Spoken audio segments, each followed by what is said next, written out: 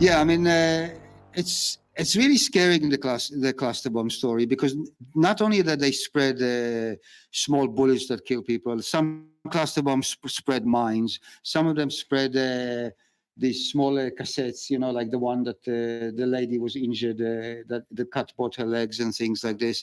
Yeah, so it's not a fun thing, cluster bombs, and they have the most horrible sound, because it's when the cluster bomb falls, it's not like bang, it's like all the clusters are spread around. It's really an eerie sound here. It's not something you want to hear. And also, an important thing about these cluster bombs, they are not effective against armored, or I mean, against protected. If, for example, it's some military vehicle or the soldier which is protected, this cluster will not hit him. It's only useful against not protected bodies. So if to shoot civilian area with these clusters, that's how they get people injured. On the front line, it's not as useful as it's effective here. Стой! Сейчас украинские войска забросали лепестками улицу Университетскую в Донецке. Перед нами подорвалась машина прямо посреди Университетской. Это район, это центр фактически города, район магазина «Изумруд». Дорога забросана лепестками. И сейчас вот у машин взрываются колеса. Вот такие вот мины-лепестки. Их очень тяжело заметить из машины. Ну, в принципе, их и на асфальте тяжело заметить в темноте, когда не знаешь, как они выглядят. It was last summer, the center of Donetsk. It was not the first time when petal mines, you know, these small plastic mines, anti-personnel mines, was used in Donetsk. Actually, in result of using these petal mines, more than 100 people was wounded. Children and all the people, they lost their feet or hands. And actually, I would like to show you, you know, this cluster. As you see, this such container, you see, there is several such containers inside of the rocket, and it's opens like this, and a lot of little petal mines just flies down and fall at the streets. And sometimes it fall at the streets, sometimes at the roof, sometimes at grass.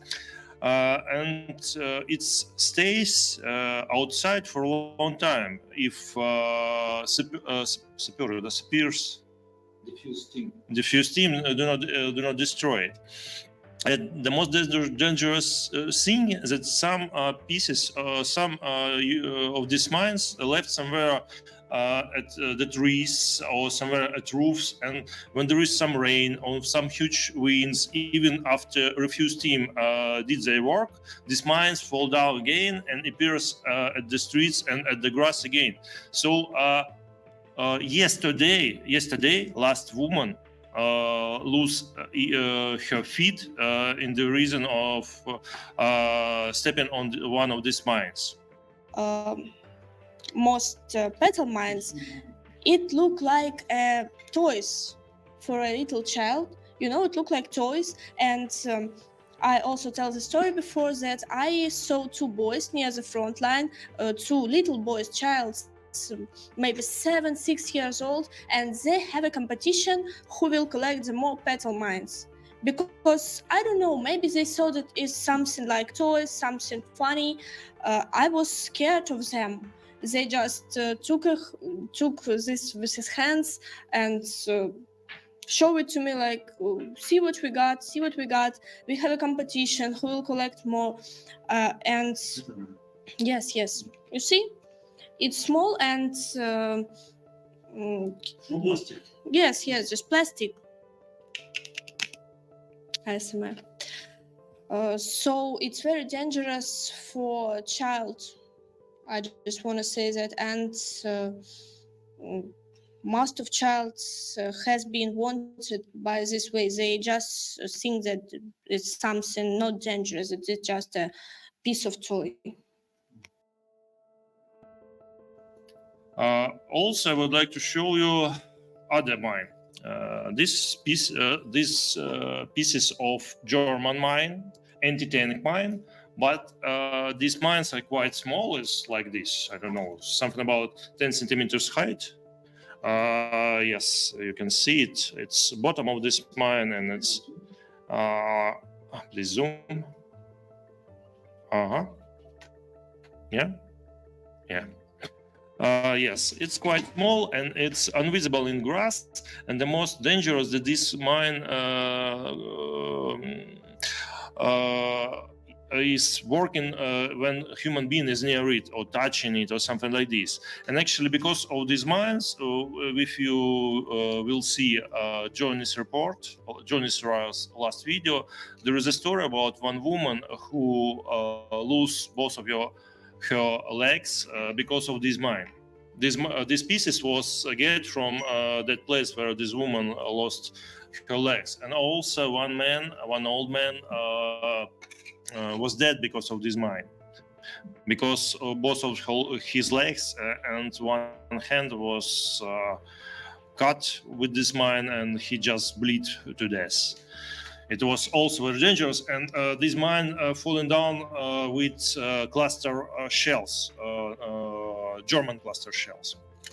Also, there is a lot of cluster shells using right now in our area, and also NATO cluster shells, Soviet cluster shell. This is piece of cluster unit of cluster, yes, from Soviet cluster shell. Yeah. This little iron pieces, it's shrapnel that lies inside of it. And this one we found in the center of Donetsk near the school. And actually, the danger of this cluster that one of these clusters left somewhere underground. And when workers came to fix this school, they start to dig something near the school. And 3 of these workers was wounded, and one of them was killed by this cluster. The danger of clusters that they are living somewhere, they could live unexploded somewhere for a long time. And if you're talking about these American cluster shells, American says that they're really quite safe for civilian people, and that almost all of them explosive immediately. It's not true. It's not true. We have a lot of video from Donetsk when the Ukrainians use these American cluster shells, and a lot of them are left unexploded, and a lot of civilians are wounded by these cluster shells for sorry. And of course, also Ukraine use MLRS, multiply launch rocket systems. It's really it's really so dangerous as cluster shells, because a lot of rockets fall down almost in one moment at big square, big surface, and cover big surface actually. So a lot of people in Donetsk was killed and wounded last December, because that month, last December, was Donetsk was shelled at least 5 times a day. At least 5 times a day, even center of Donetsk. No one could hide somewhere. This is NATO 155 millimeters shells pieces, yes. And this shells is long range, so USA, by giving these weapons to Ukraine side, made possible for Ukraine side to reach regions of the city, civilians regions of the city that was safe previously. And because of this, a lot of civilians was wounded and killed.